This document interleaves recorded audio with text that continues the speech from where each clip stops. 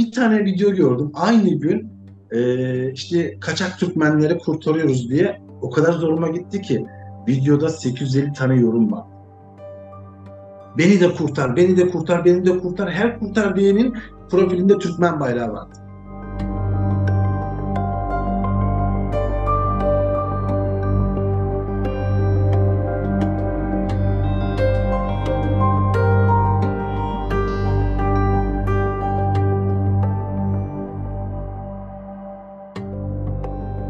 Dolandırılmaya, özellikle Türkmenistan halkının dolandırılmasına, yalan haberlerine, Türkler tarafından ama daha çok Türkmenlerin birbirlerini dolandırmasına aşırı şekilde karşıyım.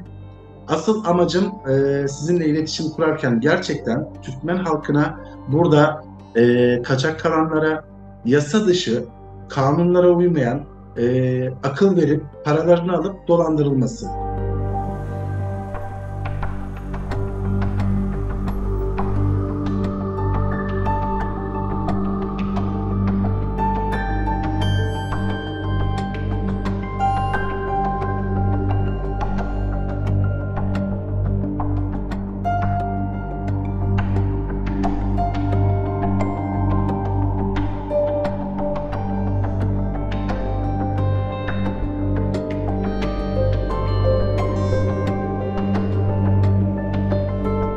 Bunu PDF düzenli yapıyorlar.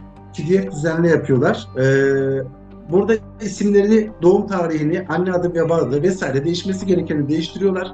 Barkodu okutturursun, kişinin adı soyadı çıkar. Ama şöyle bir şey var aslında. Şimdi kimlik, mesela şu ikamet izninin sahtesini yapın. Sokağa çıktığınızda polis çevirdiğinde eğer elinde cihaz yoksa arkasındaki süresine bakıyor. Doğru mu? Ama elinde cihaz varsa barkodu okutturuyor. Yani barkodlu polise denk geldiysen yandın. Sahtecilikten gittin.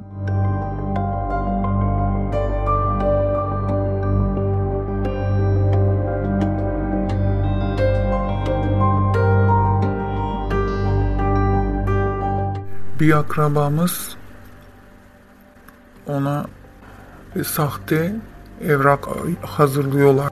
O sahte evrakla polis yakaladığında, kontrol ettiğinde onları bırakıyordu.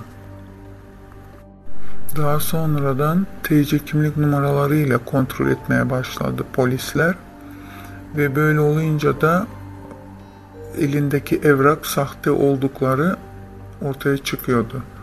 Çoğu kişi böylelikle yakalanıyordu ve geri gönderme merkezine götürülüyordu.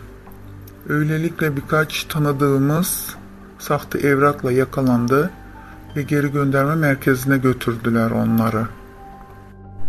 Çoğu da böyle yakalandıktan sonra memlekete deport yaptılar. Türkmenistan'a deport yaptılar onları.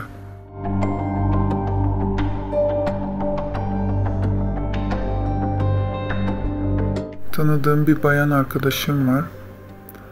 Onlar da kaçak kalıyordu. Kocası da sahte evrakla İstanbul'da çalışıyordu. Kocası yakalandı. 2 gün içerisinde geri gönderme merkezinden Türkmenistan'a deport ettiler. Ve bu arkadaşım da tanıdık bayan. Onun da burada çocuğu doğdu. Burada çocuğu var. Türkiye doğumlu. Kocası Türkmenistan'a deport yapıldıktan sonra kadın tek başına kaldı çocukla. Bayan da çalışamıyor çünkü küçük çocuğu var.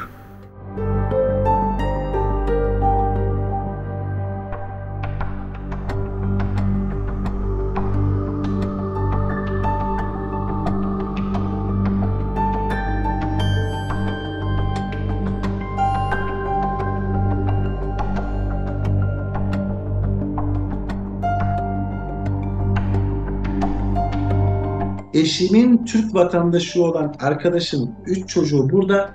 Eşimin Türk vatandaşı olan yani arkadaşı şu anda Türkmenistan'da 4 tane uçak bileti yaktı. Bırakmıyorlar. Bu insan artık Türk'le evlenmiş, 3 tane çocuğu olmuş. Türkiye'de yaşamak istiyor, çoluğu çocuğu olmuş. Yani bakın, sevgili değil bu. Evlenmiş, çocuğu olmuş. Bir insanın özgürlük diye bir şey vardır. Nerede yaşamak istersin? Türkiye'de. Nerede yaşamak istersin? Türkmenistan'da.